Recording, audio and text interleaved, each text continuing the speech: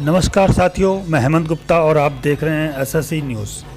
आज हम आपको दिखाएंगे कि किस प्रकार नीमच जिले के गुजरखेड़ा धाम जावी में महाशिवरात्रि के पर्व पर 17 फीट की चूल का आयोजन कर किस प्रकार नन्हे बच्चे व भक्तों ने अग्नि में प्रवेश कर अपनी आस्था का प्रमाण दिया।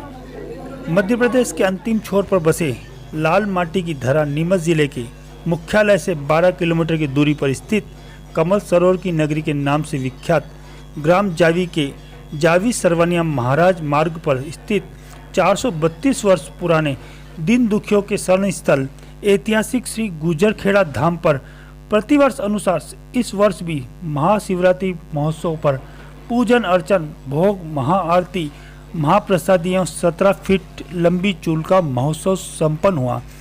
श्री गुजरखेड़ा धाम मंदिर प्रबंधन समिति एवं सेवादार समिति सदस्यों के सामूहिक तत्वावधान में महाशिवरात्रि महोत्सव प्रारंभ हुआ। सर्वप्रथम श्री गुजरखेड़ा धाम पर विराजमान सभी देवों का पंडित सुनील व्यास जावी ने विधि विधान से मंदिर प्रबंधन समिति सदस्यों एवं सेवादारों द्वारा पूजन अर्चन करवाया, भोग करवाया। फिर महाआरती प्रारंभ हुई। महाआरती के साथ ही 17 फीट लंबी चूल में हर हर महादेव, बम बम भोले के जयकारे लगाते हुए अग्नि प्रज्वलित की गई। आरती के पश्चात पंडा जी घनश्याम लोहार की काया में श्री वीरभद्र स्वरूप अघोरी नाथ पधारे और श्री अघोरी नाथ ने मंदिर के मुख्य द्वार पर 41 कुएं के एकत्रित जल के 15 कलश के जल स्नान किया और कलश को अपने सीने पर फोड़ा। सेवादारों द्वारा अघोरी नाथ को बागंबरी धारण करवाई गई। तत्पश्चात श्री अघोरी नाथ ने मंदिर की एक परिक्रमा की और धधकते अंगारों की चूल में 5 बार निकले। उसके बाद मंदिर परिसर में उपस्थित सभी देव व देव सेवक चूल में निकले और फिर हजारों की संख्या में उपस्थित श्रद्धालुओं, भक्तजन, माताएं, बहनें, बच्चे ओम नमः शिवाय, हर हर महादेव, भोले शंभु भोलेनाथ के गगनभेदी जयकारे लगाते हुए चूल में निकले। श्री अघोरीनाथ ने उपस्थित जन समुदाय को आशीर्वाद देते हुए कहा कि हम जिस मन और श्रद्धा के पास आएंगे तो हमारी उसी तर्ज पर आदर सत्कार होगा। सभी को एक दूसरे से घृणा, द्वेष, भेदभाव मिटाकर एक दूसरे से सद्भाव से रहना चाहिए। हर कार्य को पूरी श्रद्धा और विश्वास के साथ करें, सफलता अवश्य मिलेगी। महाशिवरात्रि महोत्सव में मध्य प्रदेश, राजस्थान सहित अंचल के हजारों भक्तजन उपस्थित थे। उक्त जानकारी गुजरखेड़ा मंदिर प्रबंधन समिति प्रवक्ता दिलीप पाटीदार जावी ने दी। गुजरखेड़ा धाम पर आज का जो आयोजन था उसके बारे में बताया। जी, ये जो आज का आयोजन है ये महाशिवरात्रि के पर्व पर यहाँ पे प्रतिवर्ष होता है और काफ़ी संख्या में यहाँ पे यात्री भी आते हैं।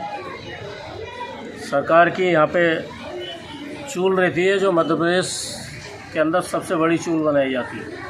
पिछले साल 13 फीट की चूल थी, इस बार 17 फीट की चूल बनाई गई। बाबा साहब की मेहरबानी से प्रत्येक जो भी अपने हृदय से चाहे, सच्चे भाव का हो, वह इस अग्नि में से प्रवेश होकर निकल सकता है।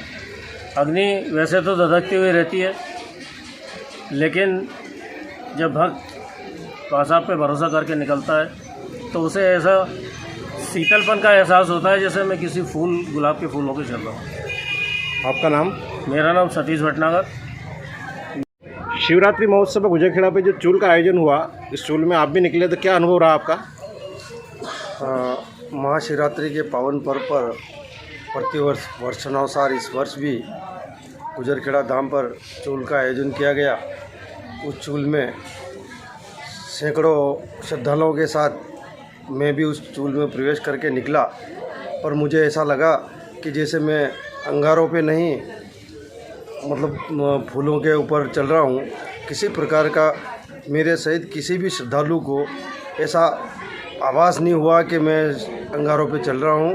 ये गुजरखेड़ा सरकार की विशेष अनुकंपा है कि किसी भी श्रद्धालु को यहाँ कोई परेशानी नहीं हुई और सारे लोग हंसी खुशी महादेव का जयकारा करते हुए निकले। आपका नाम? गोपाल शर्मा, बिसलवास कला। गुजरखेड़ा धाम पर चूल का आयोजन हुआ तो आपका अनुभव बताएं। तो हम चूल पे चले तो ऐसा लगा जैसे हम फूलों पे चल रहे थे, बिल्कुल मतलब लगा नहीं कि चूल पे चले। अगर चूल पे चलने की वैसे होता है, वो सारे पेड़ चल जाते, सब कुछ होता है, पर यहाँ पे चूल पे चलने पे ऐसा लगा जैसे हम फूलों पे ही चल रहे थे। क्या नाम आपका? प्रियंका तोमर। आज के शिवरात्रि कार्यक्रम के बारे में बताया। हमको बहुत अच्छा लगा। हम आज सब जने आए, हम चूल में निकले, तो सबसे पहले बासा निकले, फिर मैं निकली, फिर मेरे यशु भैया निकले, फिर बड़े बासा की बेटियाँ और सब निकले और बहुत मज़ा आया। आपका नाम? टीना लोहान। आज का जो आयोजन था उसके बारे में बताएं आप।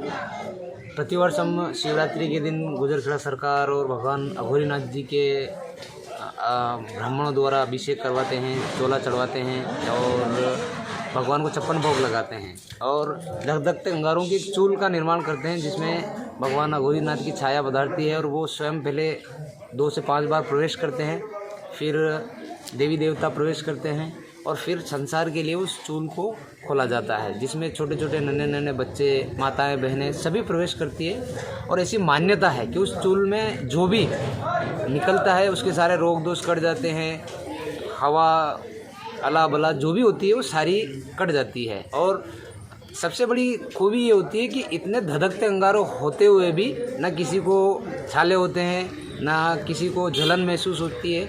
ये भगवान की इतनी कृपा रहती है कि सभी फूलों की पंखुड़ियों पे निकले वैसे इस चूल में निकलते हैं। प्रतिवर्ष हम ये आयोजन करते आ रहे हैं। पिछले 23 साल से तो मैं यहाँ पूजा करता आ रहा हूँ, तो 23 साल में ऐसी कोई घटना भी नहीं हुई कि किसी के छाले हुए या कोई दिक्कत हुई। तो भगवान के आदेश से हम ये प्रतिवर्ष करते हैं और विभूति रमाते हैं भगवान के, हम भी विभूति रमाते हैं और भगवान के रंग में रंग जाते हैं शिवरात्रि के दिन और हर्षोल्लास के साथ ये शिवरात्रि मनाते हैं। ये भी सुना है कि मध्य प्रदेश, राजस्थान और छत्तीसगढ़ से सबसे बड़ी चूल जो प्रतिवर्ष हर बार बढ़ जाती है।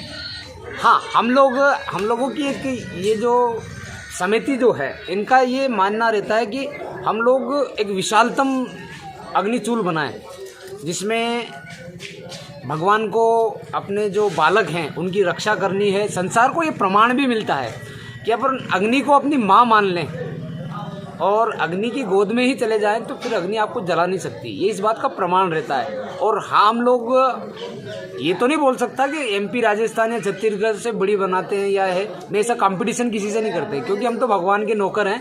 हम तो जो भी भगवान की करते हैं वो सबसे श्रेष्ठ है। लेकिन हाँ, ये है कि हम लोग बड़ी बनाते हैं, 17 फीट की लगभग चूल बनाते हैं।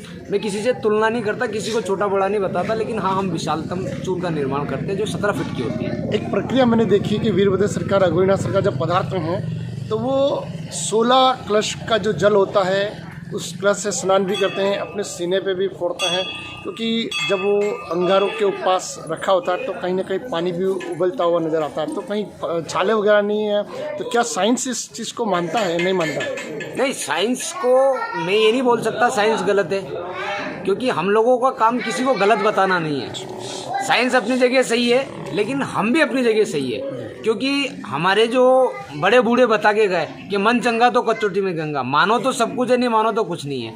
अगर साइंस ये मान लेता है कि भगवान नहीं होते हैं तो नहीं होते हैं, लेकिन हमने मान रखा है कि भगवान होते हैं तो हमारे लिए तो होते ही हैं। तो इस बात का प्रमाण है कि आप अग्नि में पैर भी रख के दिखा दो। यहाँ 17 फीट की चूल जो होती है, जिसमें धधकते अंगार होते हैं, छोटे छोटे बच्चे हंसते हुए निकल जाते हैं, तो ये इस बात का प्रमाण है कि हमारे लिए भगवान है। लेकिन साइंस इस चीज़ को नहीं मानता, तो मैं उनको मनवाना भी नहीं चाहता, क्योंकि आप किसी के ऊपर अपना फैसला थोप नहीं सकते।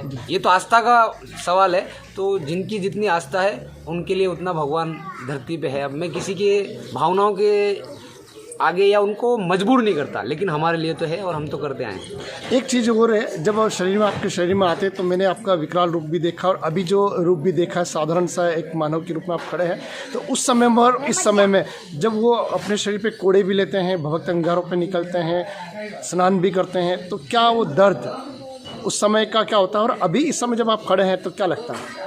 नहीं, सबसे पहली तो ये है कि अघोरीनाथ जो हैं वो स्नान कभी करते ही नहीं है। लेकिन क्या होता है कि आज भगवान, एक मान्यता है, वैसे तो 2 प्रकार की शिवरात्रि ये मानी जाती है। एक तो भगवान का सबसे पहले शिवलिंग स्थापित हुआ था और एक भगवान विवाह करने के लिए जाते हैं। तो हमने जो सुनी सुनाई बातें हैं उस बात के अनुसार भगवान को अगर शिवलिंग स्थापित करें तब भी अभिषेक की आवश्यकता है, भगवान विवाह करने जाएं तब भी स्नान की आवश्यकता है। तो उसके निर्मित से भगवान 41 कुओं के जल से स्नान करते हैं, फिर भस्म रमाते हैं, और फिर अग्नि में प्रवेश करते हैं। वो इस बात का प्रमाण देते हैं कि मैं स्वयं भी इस अग्नि में अग्नि परीक्षा दे रहा हूँ, आप भी बिना अहंकार, बिना कोई छल कपट की इस अग्नि में प्रवेश करिए, आपको भी कुछ नहीं होगा। तो पहले वो 8-10 बार निकलते हैं, फिर अपने भक्तों को निकालते हैं। तो ये जो स्नान होता है हम इसको एक अभिषेक बोलते हैं, और वर्ष भर का एक ही स्नान होता है जो भगवान करते हैं। भक्तों के लिए क्या संदेश है, आखिरी सवाल मेरा? भक्तों के लिए मैं यही संदेश देना चाहूँगा कि हर व्यक्ति को अपनी बुद्धि का उपयोग करना चाहिए।